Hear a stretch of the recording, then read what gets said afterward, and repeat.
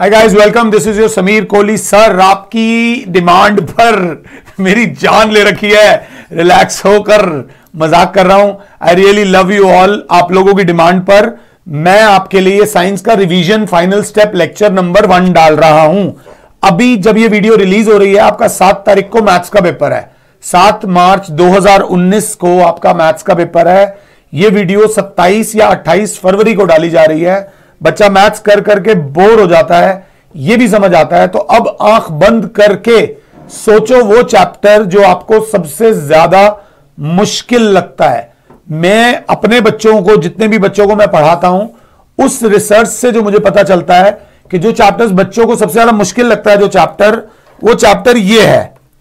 If I am not wrong, अगर आपकी सोच मुझसे मिलती हो तो देख लेना। This is magnetism. मैग्नेटिज्म को लेकर, magnetism is magnetic effect of electric current, ये चैप्टर है। इस चैप्टर की मेरी फुल वीडियो आपको स्टडी खजाना.com पर मिल जाएगी, या studykhazana.com पर दिए गए फोन नंबर पे कॉल कर देना। उसमें आपको मेरी पूरी वीडियो मिल जाएगी, जिसमें मैंने आपको ये चैप्टर पूरी तरह समझाया हुआ है। इस चैप्टर में खुशखबरी ये है कि इस चैप्टर में से कोई न्यूमेरिकल नहीं आता। साइंस में नोट्स का बच्चों को फोन आता है मेरे लिए कि सर आप अपने नोट्स भेज दीजिए। बेटा, नोट्स हमेशा हर बच्चे के खुद के होने चाहिए, ये बात याद रख लेना। अब इस चैप्टर के नोट्स बनाने कैसे हैं मैं आपको बता दूं। रेड मींस जो चीज मैं रेड कलर में लिखूंगा वो चीज आपको एग्जाम से पहले 3 बार लिखनी है। कैसे लिखनी है आई डोंट नो। जो चीज मैं ग्रीन कलर से लिखूंगा वो चीज आपको 2 बार लिखनी है, और जो चीज मैं ब्लू कलर से लिखूंगा, मैं ब्लू कलर से कुछ भी नहीं लिखूंगा, वो चीज 1 बार ध्यान से देख लेना। और नोट्स में एक बात याद रख लेना, अगर आप कोई भी डेफिनेशन लिखते हो, डेफिनेशन इज लाइक अ गोलगप्पा।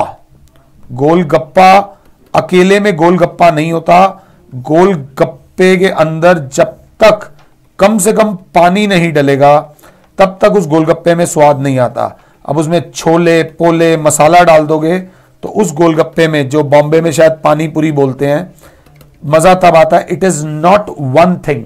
गोलगप्पा कहने को एक चीज है, बट उसमें 2 या 3 चीजों की कॉम्बिनेशन लगती है। वैसे ही डेफिनेशन भी गोलगप्पा है। एक तो डेफिनेशन आप बुक वाली लिखो, प्लस हर डेफिनेशन के साथ एग्जाम्पल जरूर दो। अगर आप एग्जाम्पल नहीं देते हो तो वो डेफिनेशन वीक डेफिनेशन कहलाती है। जो भी डेफिनेशन आप लिखते हो उसके साथ एग्जाम्पल दो। और अगर बाई चांस कहीं पर SI यूनिट वगैरह इन्वॉल्व है या ग्राफ इन्वॉल्व है तो भैया वो लिख दो। सोने पे सुहागा हो जाएगा। आपका जब साइंस का पेपर आप कर रहे होगे तो शुरू के 2 या 3 क्वेश्चन से टीचर को आइडिया लग जाता है कि बच्चे का लेवल क्या है।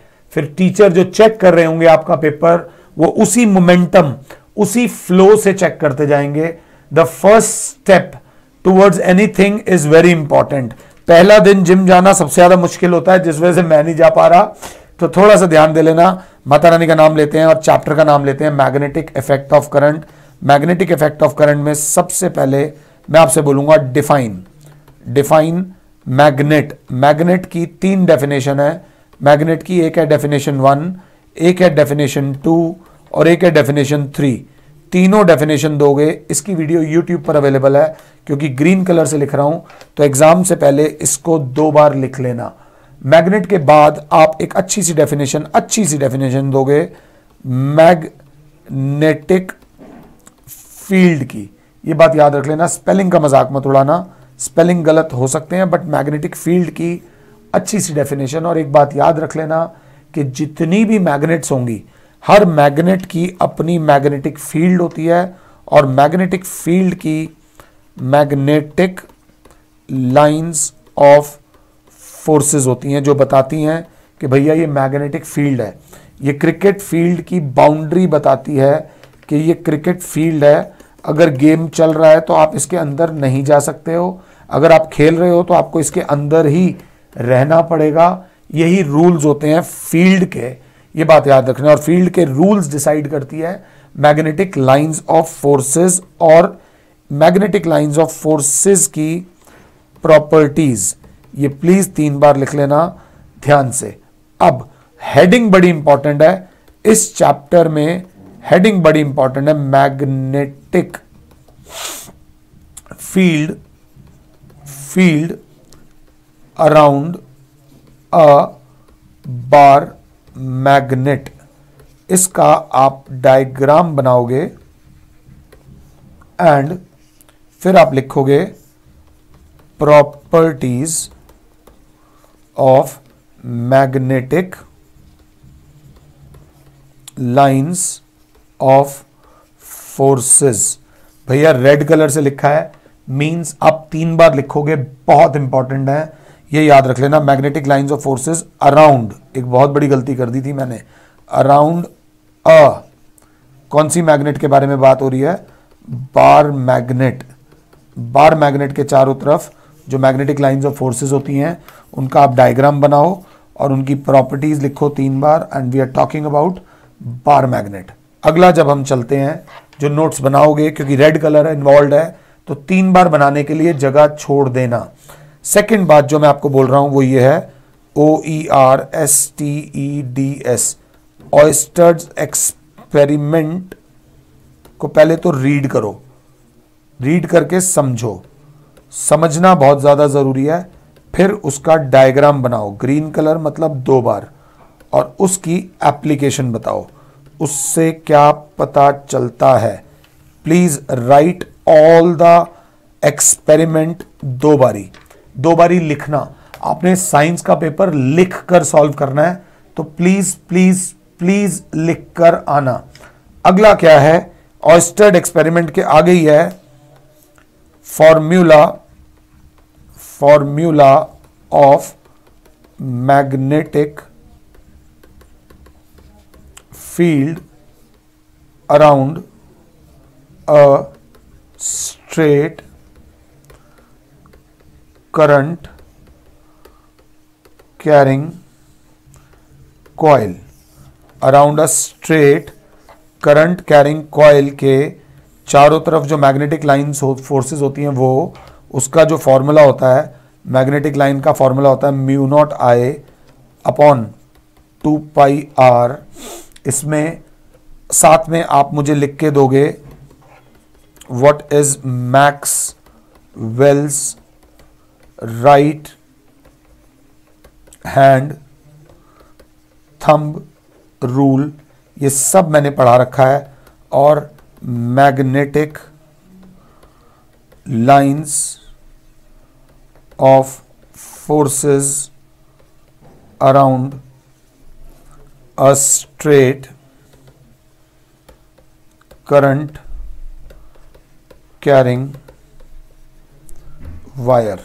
This is very very important, ये याद रख लेना, ये बहुत इंपॉर्टेंट है। इस पूरे एक्सपेरिमेंट को 2 बार लिखना, बस समझ के लिखना, रटना मत। और ये बहुत ज्यादा इंपॉर्टेंट है, इस टाइप का क्वेश्चन आता है। इसमें ये भी बता रखा है B is directly proportional to I, B is inversely proportional to 1/r। अब मैं ऐसे ही शुरू हो जाऊंगा, तो मैं शुरू नहीं होना चाहता। वीडियो अवेलेबल है studykhazana.com पे, और क्या बनाने हैं नोट्स मैंने आपको बता दिए हैं। अब सेम एक और होती है, अगर क्लास 7 है, magnetic field around a circular coil and same terms as above. इसकी magnetic field around a circular coil, magnetic lines of forces around a circular coil, और एक formula for magnetic field around a circular coil. और इसमें एक आता है clock phase rule. ये बहुत इंपॉर्टेंट है, पूछा जा सकता है, क्योंकि हिडन रूल है। ये सर्कुलर कॉइल के बारे में जरूर जरूर और जरूर लिखोगे। इसी के साथ जो सबसे पहले और सबसे इंपॉर्टेंट आता है, रहेगा वो रेड कलर से लिखना चाह रहा था। What is a solenoid? Solenoid की अच्छी सी डेफिनेशन।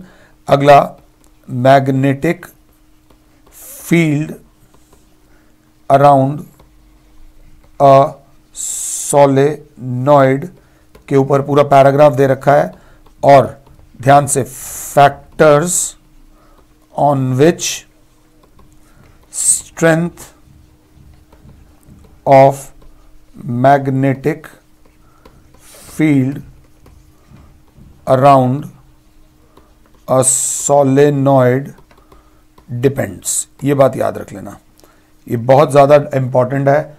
इस चीज़ को ध्यान से और ध्यान से देखते हुए चलना। अगला टॉपिक क्या है? Differentiate between permanent magnet and electromagnet. ये बोर्ड वालों का बड़ा इंपॉर्टेंट क्वेश्चन होता है। ग्रीन कलर मतलब 2 बार, और कम से कम 4 पॉइंट्स लिखना। जो ना आए वो मुझसे पूछ लेना, मैंने सारा ये वीडियो में एक्सप्लेन कर रखा है, इसलिए ध्यान से देख लेना। This is very very important. एक हल्का सा टॉपिक, कैपिटल लेटर्स में हल्का सा MRI की फुल फॉर्म लिख लेना, और MRI की डेफिनेशन और एप्लीकेशन जरूर लिख लेना। This is very very very important. अगला, अगर ढंग से पढ़ने में इंटरेस्टेड हो तो फॉर्मूला फॉर फोर्स प्रोड्यूस्ड, इस formula for force produced in a current carrying conductor placed in uniform magnetic field. ये वाला एक्सपेरिमेंट ढंग से कर लेना। ये वो वाला एक्सपेरिमेंट है जिसमें तार निकल के बाहर आती है, ये ज़रूर कर लेना। इसमें फोर्स का फॉर्मूला होता है BIL, इसमें फोर्स का फॉर्मूला होता है BQV। ये सब मैंने करा रखा है, और इसी के ऊपर बेस्ड है, जो कि 3 बार क्या 10 बार लिख लेना, 1% आ सकता है। Define 1 Tesla. ये पूरा एक्सपेरिमेंट लिखना है। आपको बोरिंग लग रहा होगा, बट आपको लिखना है। अब आपको मैथ्स के साथ अगर रिवीजन करनी है तो आपको ये करनी पड़ेगी ही पड़ेगी। इसके बाद भैया ये अपना FLEMINGS, Fleming's left hand rule. Black का मतलब है रेड से भी ज्यादा important.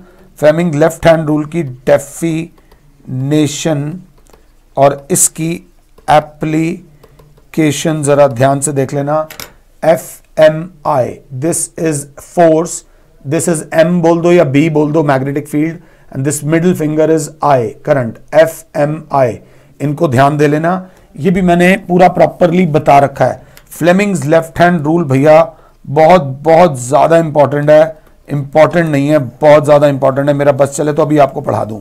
This is very important. ये पूरा एक्सपेरिमेंट लिखोगे, 1 टेस्ला की डेफिनेशन लिखोगे, फ्लेमिंग लेफ्ट हैंड रूल की सिग्निफिकेंस लिखोगे।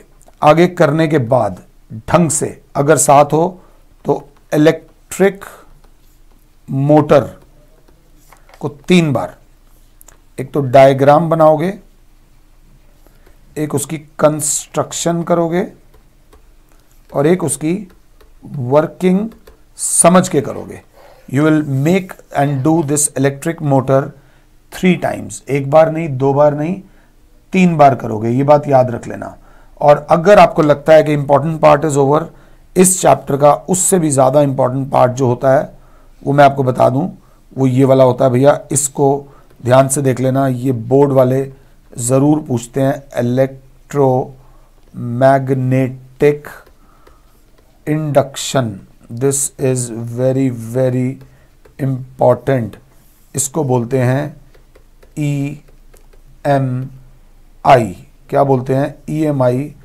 ये बहुत इंपॉर्टेंट है। What is electromagnetic induction? You must know this. इस कंसेप्ट को जरूर the production of electricity, electricity के प्रोडक्शन को, बिजली पैदा होना, ये बहुत इंपॉर्टेंट है, please make sure you do this. उसके बाद आपको करना है एसी जेनरेटर की diagram,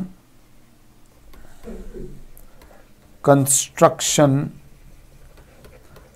working, plus DC generator diagram, construction and working. AC generator और डीसी जनरेटर के बीच में आपको डिफरेंसेस पता होने चाहिए, और नॉट टू फॉरगेट, इसमें ध्यान दे लेना, फ्लेमिंग्स राइट हैंड रूल क्या है, उसकी डेफिनेशन लिखोगे, उसकी एप्लीकेशन। अब राइट हैंड रूल है तो एफ एम आई, दोनों केसेस में देख लेना, this is F, F for force, this is M, M for magnetic field and middle finger is I, I is current. Left hand rule कहां लगेगा, right hand rule कहां लगेगा, आपको ये मेहनत करनी है। मेरे पास मेहनत का है, मैं आपको बोलूं मोटर आएगी, वहां जनरेटर आ जाए, गड़बड़ हो जाएगी, बहुत गड़बड़ हो जाएगी, मैं ऐसा नहीं करूंगा। अगला आपको ऑल्टरनेटिंग करंट और डायरेक्ट करंट के बीच में डिफरेंस करना है, डीसी और एसी, फ्रीक्वेंसी वगैरह ढंग से और बहुत अच्छे तरीके से कर लेना।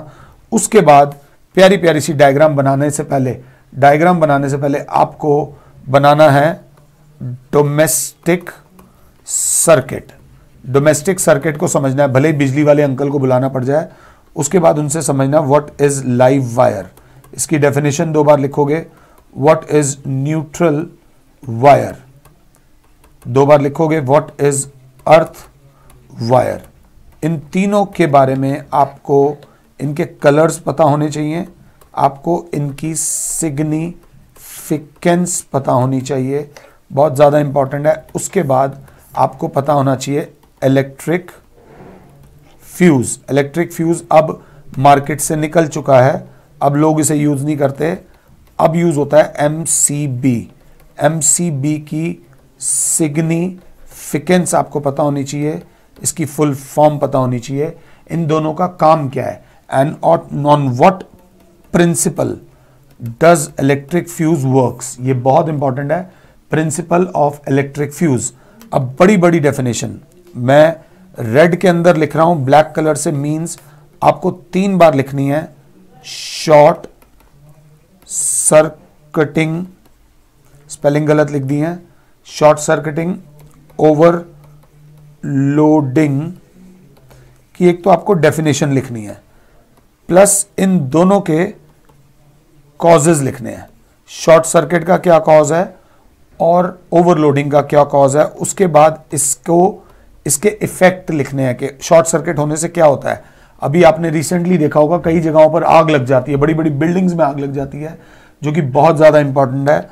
ओवरलोडिंग से क्या हो जाता है, एंड इसी के अंदर prevention, how can we prevent them, कैसे प्रिवेंट किया जाता है, लिखोगे 3 बारी लिखना है। अगर मेरी बात माननी है तो लिखना पड़ेगा एक बार दिल से, सिर्फ एक बार, मगर दिल से, हैजार्ड्स ऑफ इलेक्ट्रिसिटी के साथ प्रिकॉशंस। बुक में दे रखी हैं कि प्रिकॉशंस क्या हैं और हैजार्ड्स क्या हैं, ये बात याद रख लेना। और इलेक्ट्रिसिटी का पार्ट बता रहा हूं, बट ये इंपॉर्टेंट टॉपिक है इसलिए अभी बता रहा हूं।